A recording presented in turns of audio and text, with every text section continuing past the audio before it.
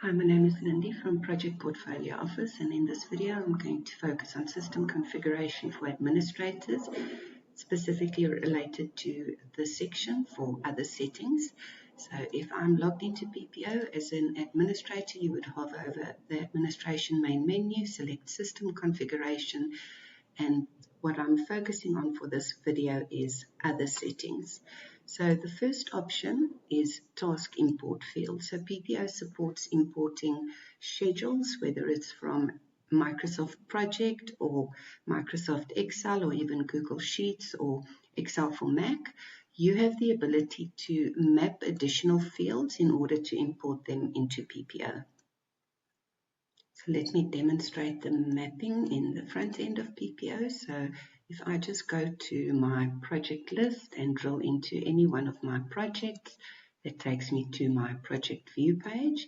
If I just scroll down to my task section and I hover over actions and click on import, before you import your file, PPO does show you the PPO task field and how it's, or which field it's mapped to when it comes to the file that you are going to import. As an example, I'm going to use the critical path just to explain how the mapping works. So if I go back to system configuration, here you can see T20 equals task critical. So task critical is the field name in MSP. T20 is the field name in the back end of PPO, and that is how we map them. So if I just look at the task critical field on the task entity, just going to flip to another tab. So here I'm on my data fields list.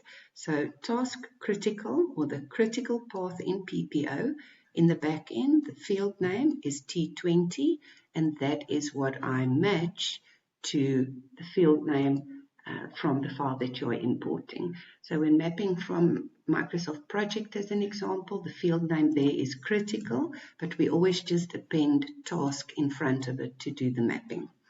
Next is our currency symbol. By default, it shows as dollar. You can make that rand or any other currency symbol, or you can even remove the currency symbol if you opt to go for multi-currency. So as an example, I can change this from dollars to rands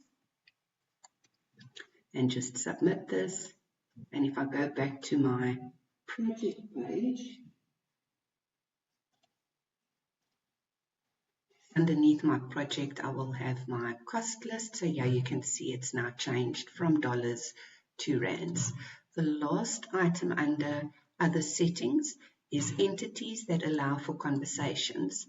So conversations in PPO can be enabled for all of our entities, which helps with collaboration on our project. So just an example of that again, if I'm on my project view page, you'll see the conversation pane on the right-hand side. So if you are on an entity view page and you don't see the conversations pane, you simply just go to system configuration, check if it is enabled. If not, click in the box and just select the entity that it relates to.